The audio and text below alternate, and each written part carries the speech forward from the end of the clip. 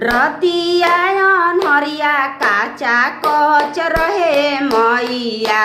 रतिया अनहरिया काचा कच रहे मैया। हावा चलेला पुरवैया ए मैया। हावा चलेला पुरवैया ए मैया। अरे ससुर जी के घेरले दुश्मनावा ए मैया। भसुर जी के घेरलस दुश्मनावा ए मैया। अपने ही आँचर में छुपा लिए मैया। अपने ही आँचर में छुपा लिए मैया।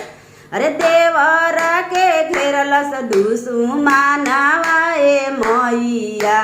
सैया के घेरलस दुश्मनावा ए मैया। अपने ही आँचर में छुपा लिए मैया।